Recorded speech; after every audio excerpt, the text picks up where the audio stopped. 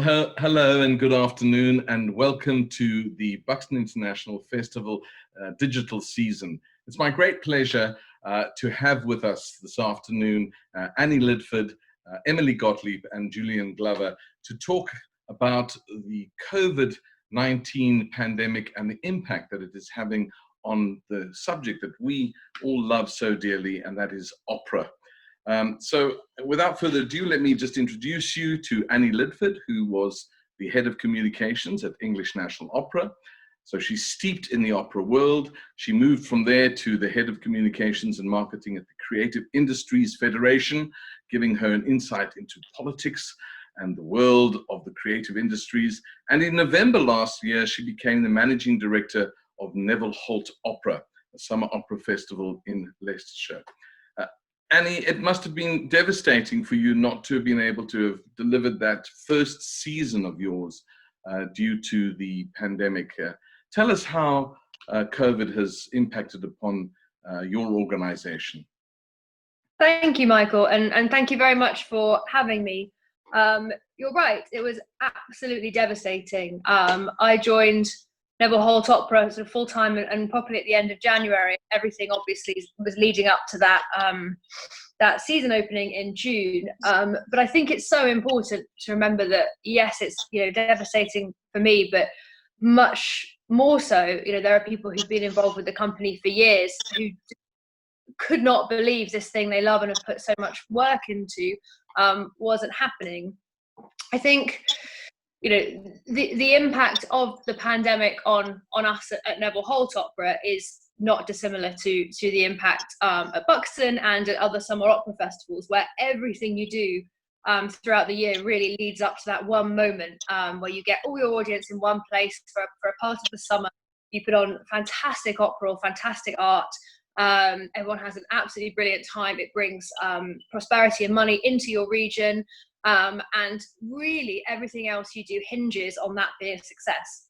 So where we've really found challenges is that we had carried out most of our education and community work, for example, before the summer. We just completed a 3-month spring education tour around the Midlands, and our ability to pay for that tour really hinges on a festival taking place. So looking at how we can keep doing those other things has been quite interesting. I think there's a real risk, though. We're talking about the impact on opera, which is that we're all so different. So you can talk about the impact on the opera industry, and of course it is hugely interconnected, but that's everything from the Royal Opera House, English National Opera, Welsh National Opera, through to freelancers, singers, stage managers, people behind the scenes, through to tiny companies, through to new companies, through to festivals like us and like Buxton. And I really think the impact on each of those different kinds of organisations will be very different. And what will be interesting, actually, and perhaps a hopeful point, I think, is that we will all respond, I hope, in slightly different ways, and in ways that bring in new ideas and new thoughts into the sector, so that ultimately on the other side of this, touch wood, fingers crossed, what we end up with is a sector where there's more choice, more diversity of thought, more diversity of person working within the sector, and lots of different responses that ultimately make us more creative. And that's the optimistic answer to your question. Emily Gottlieb has been the chief executive of the National Opera Studio since 2015. And prior to that, she spent 15 years with the Royal Opera House, first as a stage manager, managing over 60 productions. Boy, I would love to have had you on my book, Emily. And then you took on a leading role with the CEO in the organizational development of the Royal Opera House. So it's wonderful to have you with us this afternoon. Could you just tell us a little bit about how this COVID impacted upon the National Opera Studio, which is such a key institution in the opera industry?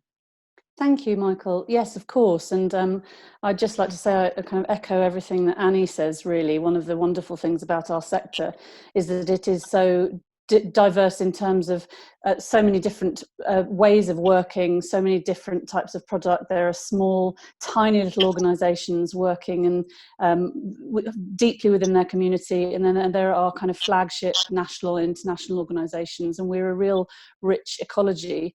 And I think we're all passionate about its, survival and ultimately thrival, if that's a word. But the National Opera Studio, we're primarily a training organisation, and we have our own building. We're fortunate to be in partnership with the six leading UK organisations, and also somewhat perhaps fortuitously under the circumstances, we own our own building and we're independent, and we've actually been relatively okay up till this point, in terms of the fact that we've been able to continue most of our program. We have a 9-month training program for young artists, and they come from all over the world, and of course we haven't been able to continue with them face to face. They've been doing online coaching, but one of the amazing things about this is that we have for some time we've said the opera world must get more digital, we must get more kind of modern, there are so many things we must do. And in a way, you asking this question about how it's affected the sector, and of course there's all the negative things that we could say, but I think that's kind of taken as read. That affects every creative and performing organisation. But one of the opportunities has been that we've been able to really, and had to really quickly, develop into areas that we didn't really know much about before, and we've had to learn at pace and at scale in some ways. We've held some lovely meetings on Zoom, just like this, very low tech in some ways. But because one's seeing people in their homes, I think it's given everyone an opportunity to be a bit more honest and open and authentic with one another. And considering that we, as a kind of artistic community in the opera world, that is a major part of the way an audience interacts with our people, is this sense of communication, of storytelling, of authenticity, that in some ways this digital world has enabled us to really work out what that looks like in the kind of modern age. So yes, I could bang on for ages about how terrible it all is, but I don't think that's very helpful at all, because it has been an opportunity. And I think one of the other useful things has been the connectivity, not only within the opera companies in the UK that are really, really working together, festivals, opera companies. We're probably having more conversations than we ever did before, but also internationally, the Opera Europa family of European opera houses, they've all been talking together. And I think there's kind of some really positive ways forward in terms of future communication and partnerships that I think will come out of this. Julian Glover is a journalist and speechwriter who is also the associate editor of the London Evening Standard, and he chaired a review of English national parks and areas of outstanding natural beauty last year, and produced a report in September titled Landscape Review. He's also a real aficionado of opera. And Julian, welcome. It's so lovely to have you with us. I saw in today's Times newspaper that Oliver Dowden, the cultural secretary, acknowledged that it was going to be immensely challenging for theatres, even if the social distancing requirement was reduced from 2 meters to 1. You had an interview with him last week. Do you want to share with us some of your thoughts about that interview and what you discussed? So I interviewed Oliver recently over Zoom, as you do everything these days. He was in his office, I was in my house. He's somebody I've known quite well for many years. I've worked with him in Downing Street in a past life. He's a very decent man. He's solid, caring, he's honest, and he's landed himself in an almighty nightmare, which everybody's turning to him to sort out. And he's almost too honest to pretend that it's going to be easy. In the interview we did, he said the government will support the arts. It understands the importance of the arts. It doesn't want to see the arts disappear. It doesn't want to lose institutions. And it knows that what is happening is not the arts' fault. This isn't a failing industry that's demanding a government bailout because we can't make a go of it anymore. They're following the law by closing theatres, not performing live music to an audience, and as a result, nobody's buying tickets. So all eyes are on the government. Will it bail out the sector? And also, what does a bailout mean? I mean, how long does it need to be? What happens as a result? Is it cash payments? Is it taking over debts? All sorts of things. He's got to work that out. And of course, he can't do it on his own. He doesn't have any money at all either. So he's got to get the Treasury on board. And I think, speaking to somebody close to him the other day since the interview, the message is, it's like the old British Rail slogan, we're getting there, but like the old British Rail, not as fast as people would like. So by the time people are watching this, we might have had news.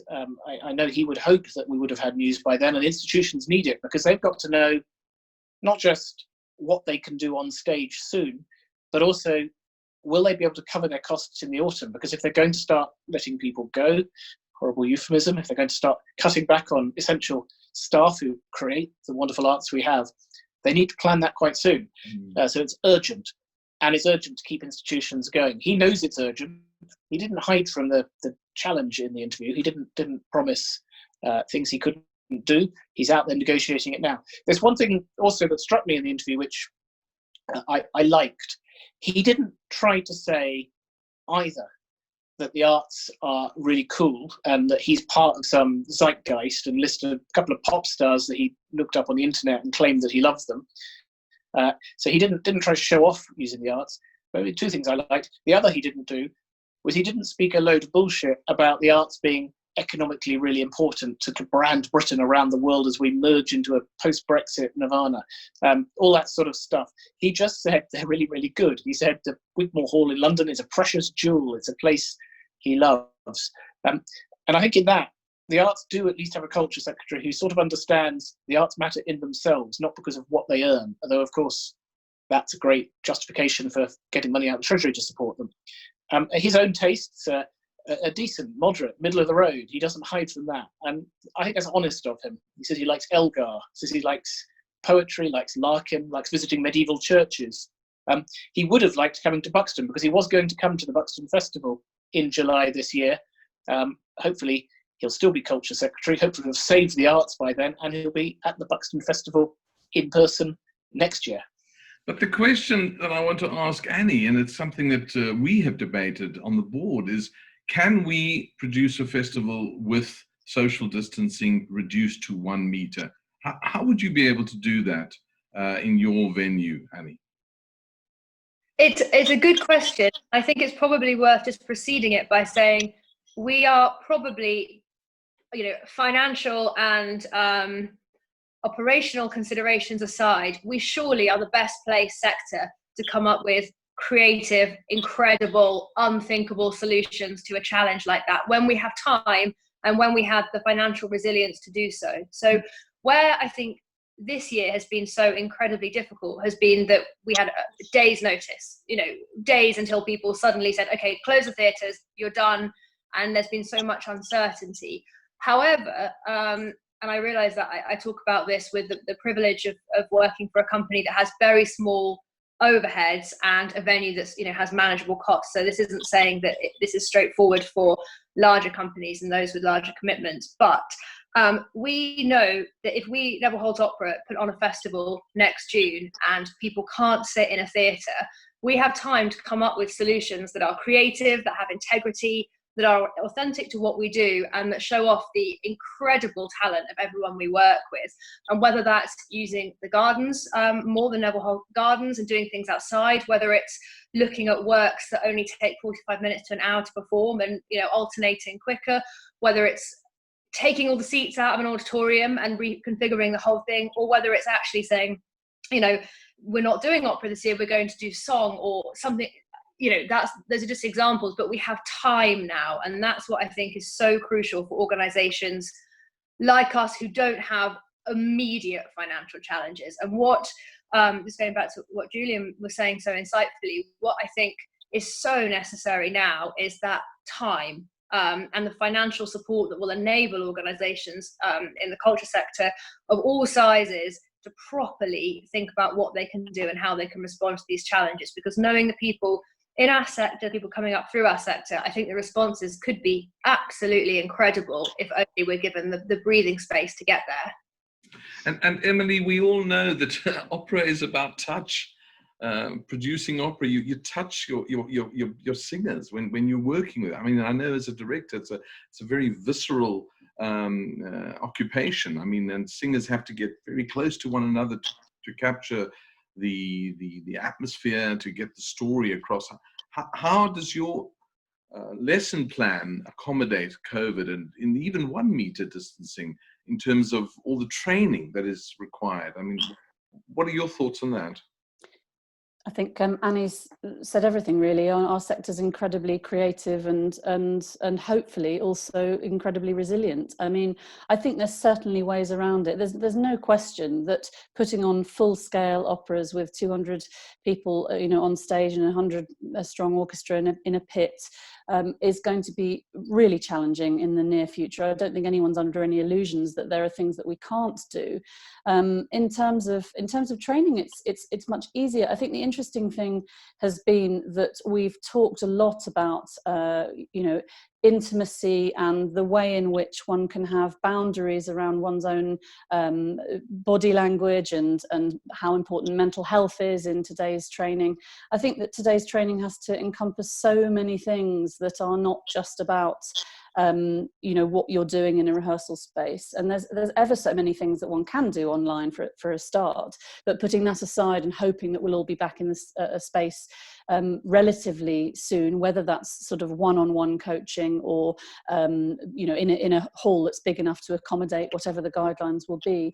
I don't think it's impossible at all. I think we'll just adapt to the situation. We have movement coaches and music coaches and language, and there's a million things that are possible in order to help people. I think the most important thing is to help people understand the new kind of the world. Hopefully it'll be a sort of short period of time before we're able to get back to a situation which is more like the normal that we knew before. I don't think there's any chance of sort of normal being what was yesterday, but I do think that there are opportunities for well, look, what can we do? What are the things that we can do with real integrity, and what are the things that we perhaps know that we need to leave for a while until either a vaccine is found or until we are able to have social distancing of less than 2 meters. I mean, there's, of course, there's a big difference between 2 meters and 1 meter. I mean, a big difference.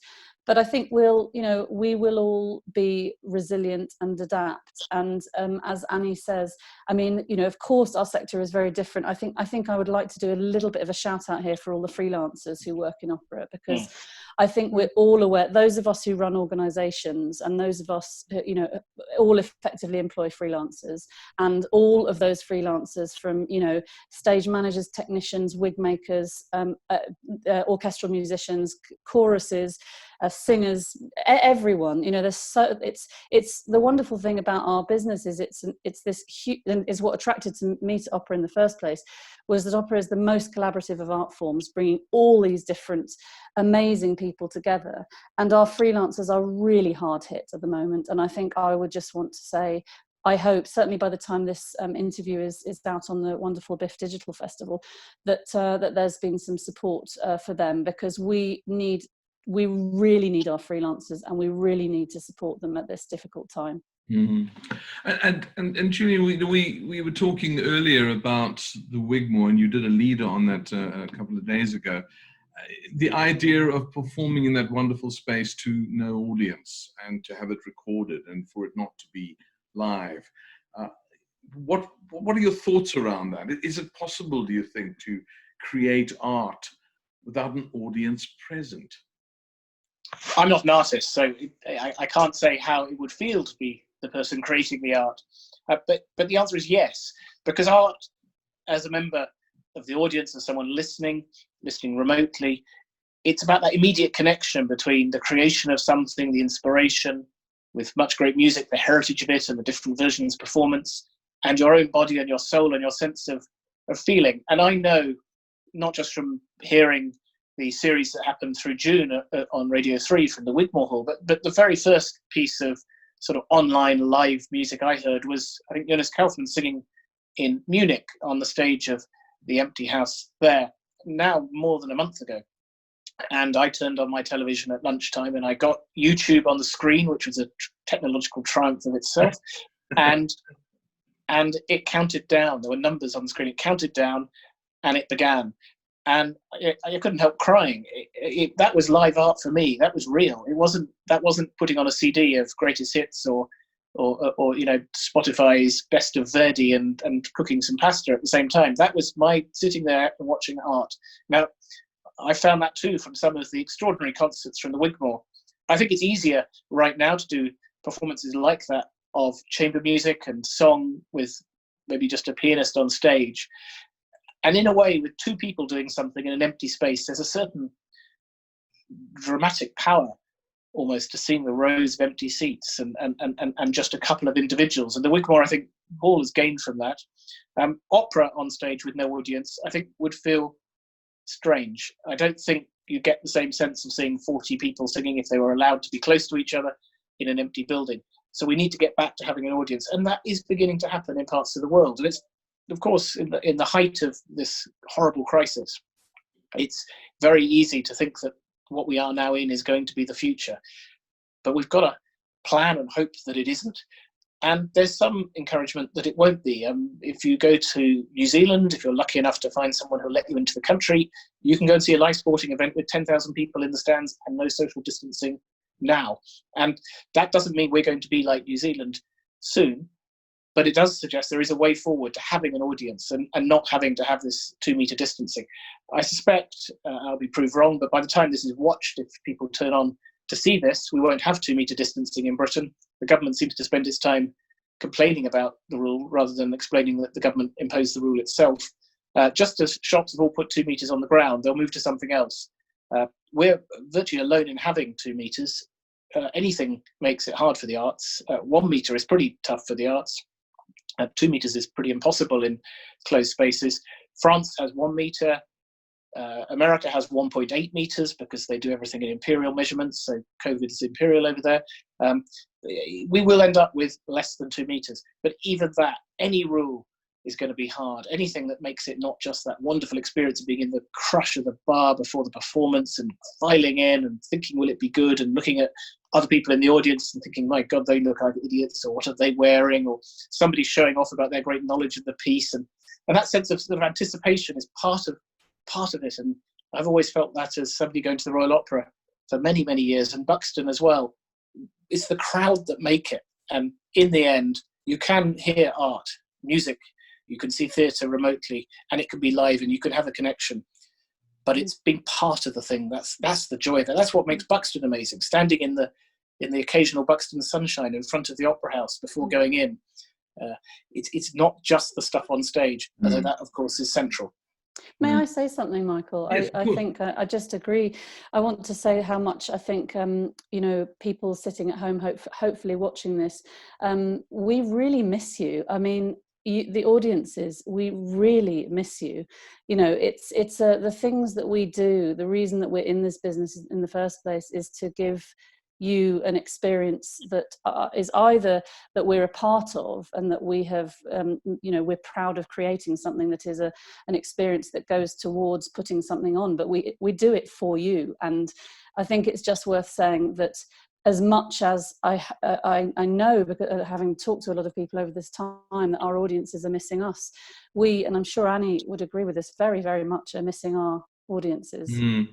I think for me, looking at the festival and going forward for next year, one of the challenges is to woo people to feel that they are safe and secure and that they can come to our environment next year and not be worried and panicked about it. Have you thought about that, Annie, in terms of what measures you might put in place next year to allow people the comfort of knowing that they can actually attend without worrying about it? Yes, and actually it's very timely to talk about it now, because today, for the first time since lockdown, at Nevill Holt, we've been able to share that we're going to put on live performances at the end of June in our gardens, and we're going to have 4 of our Nevill Holt Opera young artists performing, and we're going to invite our members in on the 27th of June, and then on the 4th of July, the wider public to come enjoy a performance, be safe in our gardens. and to look at the wonderful art that's displayed around the grounds. And it's interesting because putting that event on sale, which we did this morning, I really didn't know what the take-up would be like. A paid event, early July, we have an audience that does tend to, above 70. There are plenty of people there who've been shielding or who've been very cautious. And I thought, well, this could go either way. We'll try it. We'll make it as safe as we possibly can. We'll enforce really strict social distancing. We'll talk to our council about how we can make sure we're following every guideline, and we'll see what happens. And just to add a note of optimism, the response has been phenomenal already from people saying, we can't wait to get out. We can't wait to come. You've reassured us that it's going to be safe, and we'll see you at the beginning of July. And obviously we have the benefit of being outside. I think it is more challenging to ensure that being in a theatre is safe. Well, particularly a Victorian theatre like Buxton. Yeah, Festival, exactly. It's all about cramming people into that space and getting the fullness of it is an issue, yeah?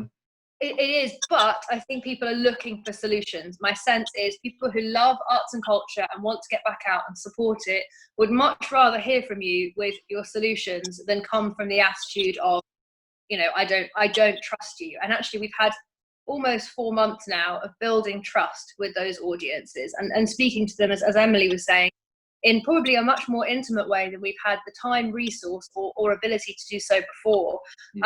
And we're not going to lie to our audiences and pretend that something's safe when it isn't. We're going to make sure all the right restrictions are in place. We're going to keep them carefully, and we're going to go above and beyond to make sure they're looked after, because we really do miss them and we really do care. And there are certain things that certain people are looking for, and certain people, of course, who aren't able to come to these events at the moment.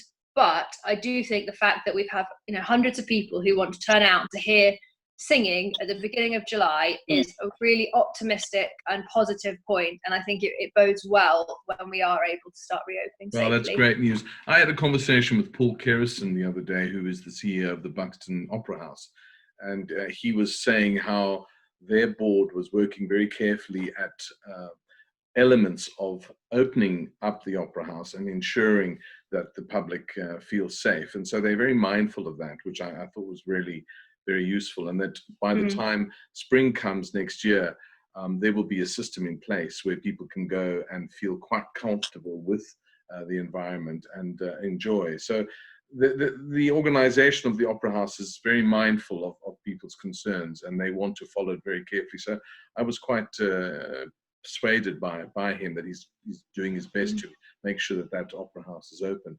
Do you think that there will be a sense of returning next year? Now we're just talking about the festival, to continue with this institution that has been going on for so long, that people will feel that they will defiantly want to come out and keep that institution going. Because I've only been around for the last 2.5 years, but I've been amazed at the loyalty.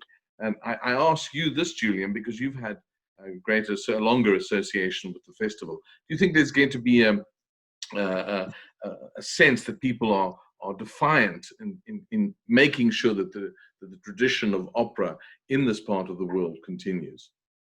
Yes, and I think people will want to come because what they'll see is going to be fantastic. So it's not a duty, it's not a protest now to go to an arts event next year, to come to the festival with amazing plans being made now for it. It's going to be brilliant, and hopefully it will feel a bit like a celebration. We've got through this, we're back, we can start doing stuff. I'm sure there'll be rules and hand sanitizers and so on. I also think we will have got more used to living in that kind of world and managing this hideous thing that's hit us. We'll also be better at judging how some parts of life do involve being closer to people and some don't. Even now you can get on an aeroplane and there's no social distancing, and nobody seems to think that's strange, and that could be several hours, but you can't go to a theatre. I find that a little sad. But no, people are going to want to come. It's going to be amazing. It's in a beautiful place. It's a place that isn't in a crowded city. There's all sorts of things people will be able to go to. The weather's going to be perfect in July next year. It's guaranteed. It's not going to rain. It's going to be sunny. And what will be there is amazing. So whilst we can all beat ourselves up about this appalling hell the country's going through individually, psychologically, we're all going through, and the consequences for the arts, just as for everything else, is a nightmare. The hunger for entertainment, intelligent discussion, music, will be greater than ever, and people will come. And we certainly don't want it just to be left to a few subsidised big arts institutions in London. Wonderful though they are, I go to them all the time. It's something for the whole country. And one of the joys of Buxton and Nevill Holt is that they're not just in London, because people outside London and outside Manchester, outside Leeds, love the arts just as much, and they deserve brilliant world-class art, which is what they're going to get. So that's a good time for me to share with all of you. We had a board meeting just last week where it was a 3-hour board meeting where we put forward various scenarios. I put forward various scenarios to the board, and Adrian, Kelly, and looked very carefully at what we might be able to do next year. And the good news is that the board absolutely gave us their full backing for next year's festival. And I budgeted each of the 3 different scenarios that we put forward, and we are going to be flexible so that whatever happens, we're going to be able to fall back onto one of the scenarios. Our aim at the moment is to look very carefully at what we did for the 2020 festival and reproduce some of those ideas. For example, Little Night Music and La Donna del Lago, we've already started with the sets. We've already started making the costumes. The designers have all been on board. The good news is that those teams are ready and willing to be with us next year. So that's already in the pipeline. I mean, in fact, we're going to even build some of the sets this year and have them stored. So when next year comes around, they will be ready to be moved onto the stage. And the same with the music program. Adrian has approached the people that he got and the musicians that he got on board, and 85–90% of them are available for next year. So as Emily was saying early on, the freelance market is hungry to start working again, and we were able to book them. Unfortunately, Vicky Dawson of our book festival said to me, there's no ways I can do the same festival next year, so it's going to be a brand new book festival. And we will be in touch with the publishing industry as well, which is undergoing its own seismic changes, but she assures me that she'll be able to deliver something of the same quality that she did this year. So I think let's just wrap up this this conversation, everybody. Perhaps just one final word to our listeners and to our viewers, and your plans for next year and where you think and hope things will be. Annie, let's start with you. I think, following on from what Julian said, actually, we've heard over and over again from people how much of an incredible balm music has been, what a life-saving thing, live theatre on YouTube and elsewhere has been, how crucial kind of arts and culture through digital sources has been during this very challenging time. And then the next step that we always hear is, and we can't wait to get back. We miss it. And in the same way that I think when people couldn't go in parks for a few weeks, the parks were then full afterwards because we all realised how much we value these things and how much we miss them and how much we love them. I do hope and think, from what I've seen so far, that we'll have a similar experience in theatre, in opera, in music, and that as soon as people are able to get back, they will be even more desperate to do so. And as Emily said, when they're able to come back, we absolutely can't wait to welcome our audiences as well. Emily? I would say that one of the things that I have learnt over this 12-week or however long it's been period is the value of time. And that's not just, of course, it's been with its challenges, but one of the things that I have learnt, especially from the young artists and from them coaching, is that in amongst the challenges and the personal challenges that they've found about being on their own, or whether they can practice because their neighbours are nearby, or all of the kind of little difficulties, one of the things that they've really valued is time, and time to think about who they are and what they want to be. And I think I am going to take away from that a sense that I would like to build in more time within my organisation. That's for staff, coaches, for young artists, so that we can really listen to one another, take the time to really embed what we're learning so that time can be part of the learning experience and not a kind of thing that you don't have enough of at the end of the day.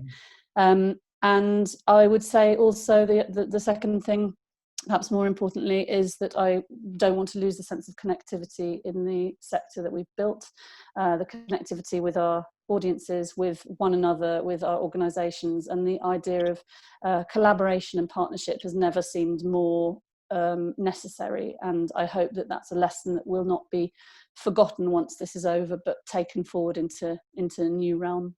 Thank you, Emily. Julian, leave the last word to you. I think one of the things that strikes me is much of what's happening now is a horrible experience for institutions and buildings and the structure, the infrastructure of the arts. And it's really tough for the individuals and the freelancers, as Emily was saying. But we can, in that, lose sight of the fact that the people actually are here. They're there. The performers, the audience, they're all there. We're all still in the same country. We're all desperate to attend things, perform in things, listen to things, debate things. Those people will be there as soon as we can reopen. We will reopen next year. It may be different, but it will happen. It won't be just down Zoom. We'll be sick of Zoom by then. And all of those people will be there. And all of those institutions, well, they will have had a tough time. The people will have had a tough time, but we'll be through that. And we'll be suddenly looking forward to activity, to work, to employment, to music, to going to things. So we haven't had some terrible disaster that's removed our capability to perform great art or enjoy great art. And if we keep that hope that we can do it and we want to hear it, then we just have to get through the rules and regulations that stop us doing it now. And I'm pretty certain that by next spring, we'll be looking back and saying, my goodness, 2020 was bizarre, but at least we're beginning to rebuild and listen and perform. And Buxton will be back and it will be amazing. Thank you, Julian. And Annie and Emily, thank you so much. It's been lovely talking with you all. And to all of you, we look forward to seeing you in 2021 at the Buxton International Festival. Thank you. Thank you. Thank you.